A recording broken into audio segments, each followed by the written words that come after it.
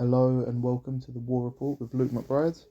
And today I'm going to be breaking down my prediction for the Anthony Joshua against Daniel Dubois fight this coming weekend. Or should I say, Daniel Dubois against Anthony Joshua. Why it's been promoted any other way, I don't understand. Whether you think Dubois is rightful champion or not, which I don't think he is really, but at the end of the day, he's still the champion. It should be Dubois versus Joshua. Regardless, it's neither here nor there. It doesn't matter once they're in the ring. Um, Now, I'll be honest, I'm very torn on this fight myself. This is there's an element of this where it's, my heart says Dubois, my head says AJ, but I do think that the fight's a lot more competitive than a lot of people are making out. I mean, my biggest grievance really with the way people are talking about the fight is the fact that, you know, people keep mentioning, but did you see Dubois against Hrgovic? And keep pointing to the fact that Dubois ate so many right hands. Yes, he did, but 2 points there. One, Hrgovic and Joshua are two completely different fighters. And secondly, Dubois won that fight. Like, Dubois stopped him around halfway through the fight. It was like, once Dubois rallied, it was like one way traffic, and people don't seem to be mentioning that aspect of the fight as well. Like, it's not okay. Don't get me wrong.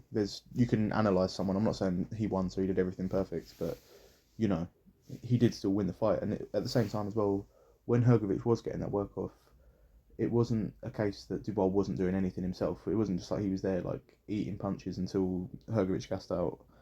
Dubois was landing some clean shots the whole way through. And one of my biggest takeaways was the fact that Dubois isn't so worried about shelling up while he's under the cosh. He's there like swinging back straight away, and I think that's actually really his best bet, to be honest, against Joshua.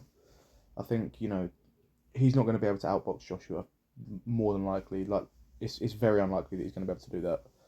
Um, I mean, it's easier task than trying to outbox Usyk, but I think the only chance he's really got is if he just comes in, brings the ruckus, and just puts it on Joshua. And yeah, that's what I think he's going to try and do. To be honest, whether he's got enough to actually make that work or not is a different story. But yeah, I think my feeling is that basically, yes, Joshua's a huge puncher, but when you look at Hrgovic, the thing that made Hrgovic land so many shots is the fact that Hrgovic is a volume puncher, like a high volume puncher, and he throws that hand really, really fast. Like, if you look at the fight with Zhang, he was throwing some rapid combinations, like honestly faster than basically anyone at heavyweight can throw, except for like maybe Usyk, Justice Hooney at a push, maybe. But Hrgovic has got some of the fastest hands at heavyweight. Not in terms of necessarily pure like 7-8 punch combinations, but I'm talking just in terms of like rapidly like slinging it across. Joshua, okay, I'm not going to say he's slow, but by no stretch of the imagination is Joshua slow, but he's not there just like whipping that punch forward like in the same way that Hrgovic does. Second point, Dubois, do you really think he's not going to make any adjustments from that as well? He's that's going to be what their main focus has been all through training camp would have been, making sure that he doesn't get just like an absolute onslaught of punches. I don't understand what anyone's seen in Joshua's fights with Wallin and Ngannou, which ultimately that's really what I can go on, particularly just where he's had the change of trainer and everyone's saying it's the reborn Joshua. Neither of those fights was he like coming in just like throwing 50 punches around the way Hrgovic was. So yeah, I don't really get entirely what the relevance is. I mean, okay, I get that Joshua only needs a handful of punches that Hrgovic would need in order to do that like a much bigger amount of damage. But Hrgovic isn't a small puncher himself, and like the reality is Joshua, and this I'm not saying this even as a criticism, but it's just he's very measured, he's very methodical, he's picking the right shots. He's not there just wading forward and throwing every punch he can throw, which is what Hrgovic does. Hrgovic comes through his entire game plan, and this was the same against Zhilei Zhang as well. Is he's a very accurate puncher, very fast hands, and he uses that to basically just throw as many punches as he possibly can to just basically try and outwork the other person while he can. The problem is his gas tank doesn't really support it. That's what makes him fall short with that strategy, and I don't really think he has the power to kind of really do like proper damage to the other person. Um, But yeah, Joshua, look at his fight with Wallin. He was very, very measured, and he never even really went for the kill when he had him like properly rocked. So even if I would probably lean towards an AJ win, I don't buy this idea that it's going to be within 3 rounds. It's going to be like he's just going to wade in, and it might even be in 1 round. Like, where has this been from AJ at any point except for against Ngannou, who's not a boxer? So yeah, I just think people need to give Dubois a bit more respect. I think my feeling overall is that his at some point he's going to just charge in too recklessly, and he's going to get caught with a big shot. But I don't think it's going to be this one punch knockout that people are talking about. I think it's just going to be gradually getting picked off with relatively big shots, and eventually it'll just be too much. And I could see it probably being a corner stoppage, something like that causes it in the end. And I want to say probably Joshua late on.